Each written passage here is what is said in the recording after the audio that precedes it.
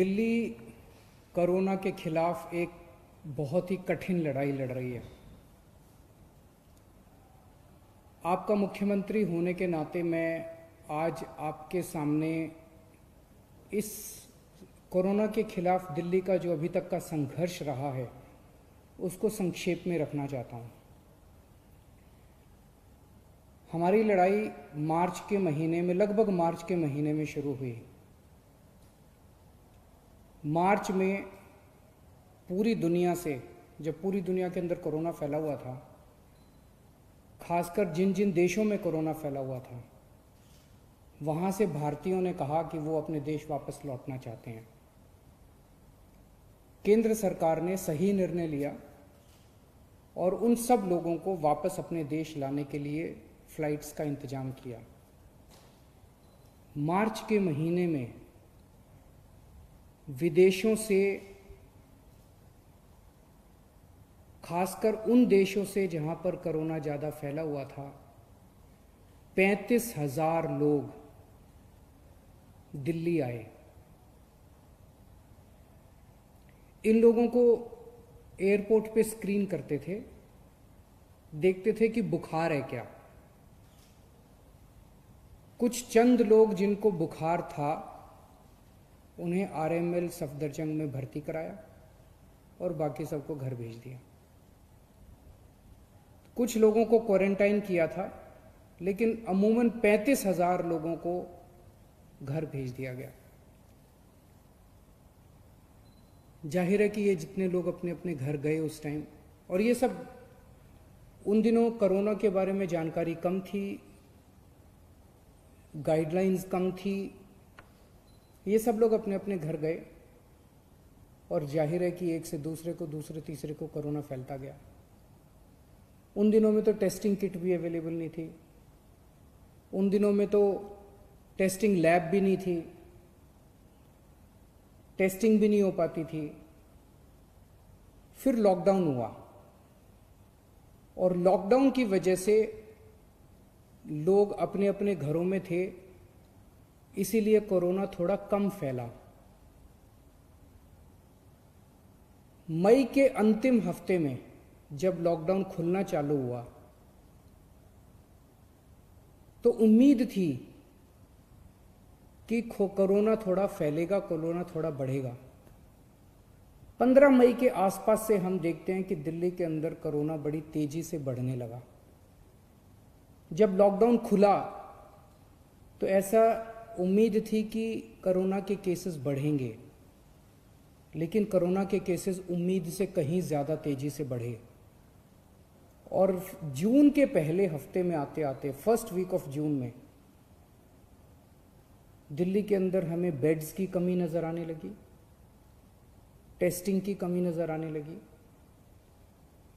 और बेड्स की कमी होने की वजह से जब कुछ लोगों को बेड्स नहीं मिल पा रहे थे तो मौत का आंकड़ा भी बढ़ने लगा। तब हमारे पास दो ऑप्शंस थे। एक ऑप्शन था लॉकडाउन दोबारा लगा दिया जाए, हमने बहुत सारे लोग। दूसरा ऑप्शन था कोरोना से लड़ा जाए।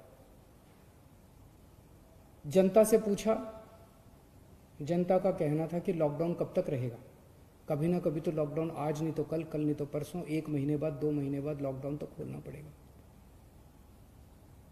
तो निर्णय लिया गया कि कोरोना से लड़ेंगे, कोरोना से मिलकर सामना करेंगे, सारी दिल्ली के लोग मिलकर कोरोना का सामना करेंगे, कोरोना से युद्ध करेंगे। और तब ये पूरा प्लान बनाया गया और कोरोना से युद्ध में 5 हथियार तैयार किए गए।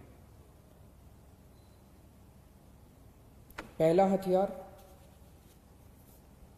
बेड्स की संख्या बढ़ाई गई।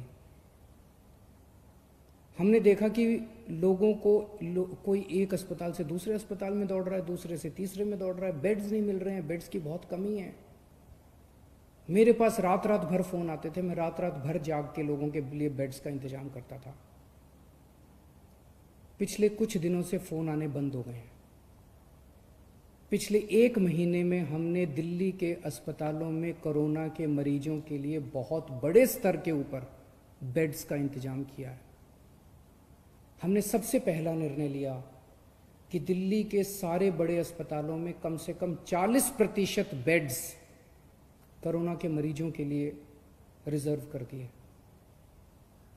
दूसरा बड़ा निर्णय लिया, दिल्ली के कुछ एक चंद बड़े अस्पतालों को, प्राइवेट और सरकारी अस्पतालों को पूरी तरह से कोरोना अस्पताल डिक्लेयर कर दिया गया।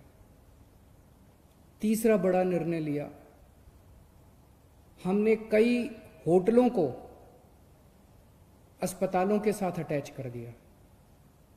तो अस्पताल में 100 बेड हैं, लेकिन होटल में 200 बेड और लग गए, तो उस अस्पताल के 300 बेड हो गए एक तरह से। इस तरह से अस्पतालों की कैपेसिटी बढ़ाई हमने।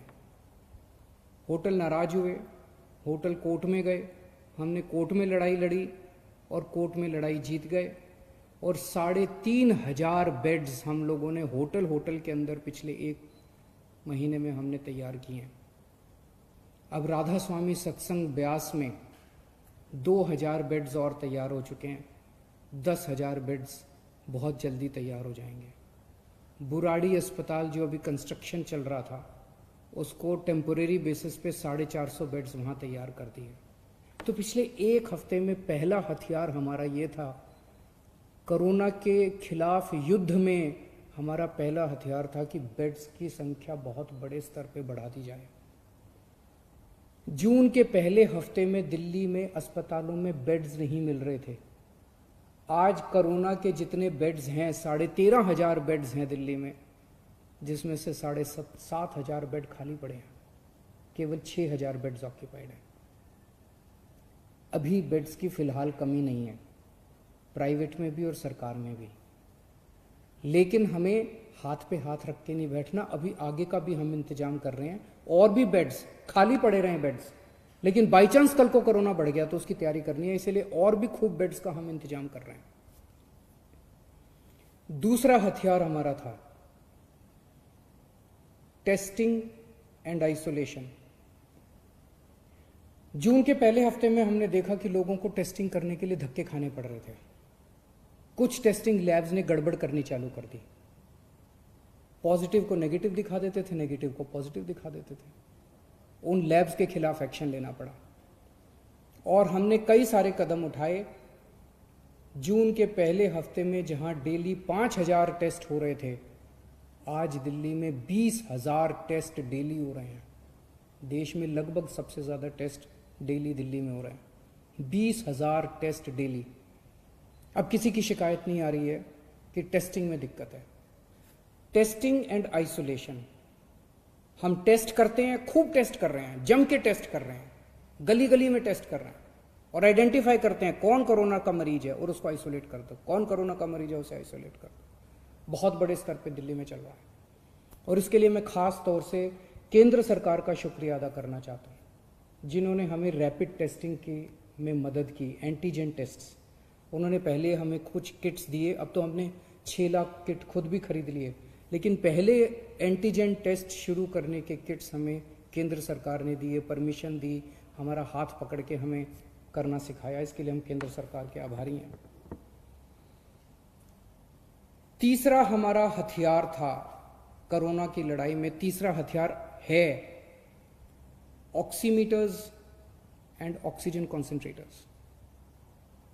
कोरोना में सबसे बड़ी दिक्कत होती है कि ऑक्सीजन की कमी हो जाती है, और ऑक्सीजन की कमी होने से आदमी की डेथ हो जाती है। तो हमने जितने लोग घरों के अंदर अपना इलाज करा रहे हैं, सबके घरों में ऑक्सीमीटर भेज दिए।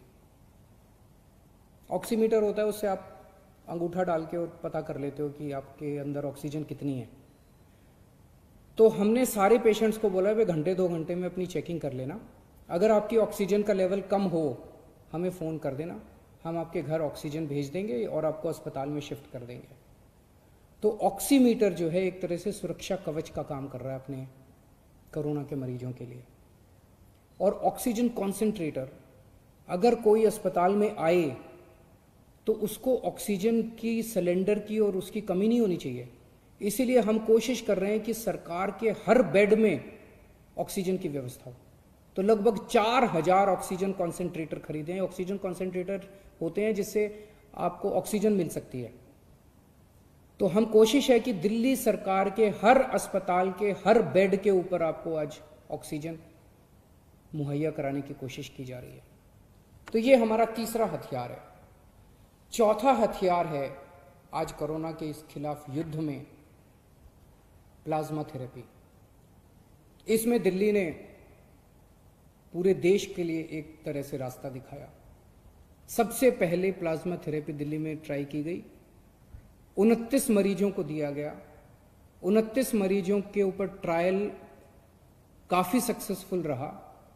उसके नतीजे हम लोगों ने केंद्र सरकार को ड्रग कंट्रोलर ऑफ इंडिया को दिए और drug and controller of India ने उसके बाद फिर दिल्ली सरकार के अस्पतालों में भी और अन्य प्राइवेट और केंद्र सरकार के अस्पतालों के लिए भी मंजूरी देनी चालू की है प्लाज्मा थेरेपी से।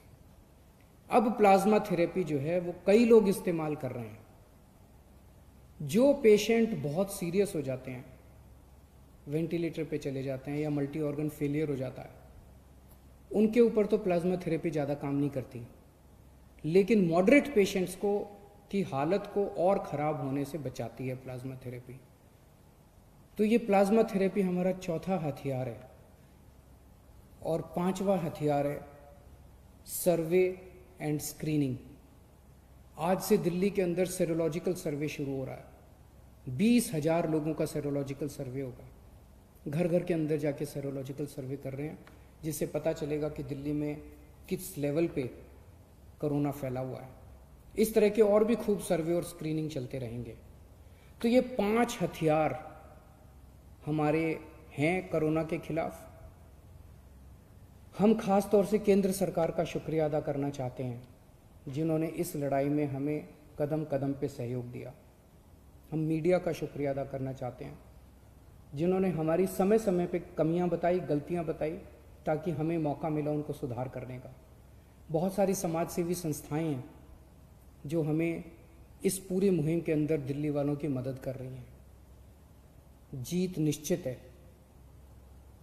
लेकिन जीत कब होगी ये नहीं कह सकते। कोरोना हारेगा, दिल्ली जीतेगी, और ये 5 हथियार खूब कारगर साबित हो रहे हैं। बहुत बहुत शुक्रिया। ਬਹਾਵਲਪੁਰੀ ਟੀਵੀ ਦੀ ਲੇਟੈਸਟ ਵੀਡੀਓ ਦੇਖਣ ਦੇ ਲਈ ਚੈਨਲ ਨੂੰ ਲਾਈਕ ਕਰੋ, ਕਮੈਂਟ ਕਰੋ, ਸ਼ੇਅਰ ਕਰੋ, ਸਬਸਕ੍ਰਾਈਬ ਕਰੋ, ਬੈਲ ਆਈਕਨ ਦਾ ਬਟਨ ਜ਼ਰੂਰ ਦਬਾਓ।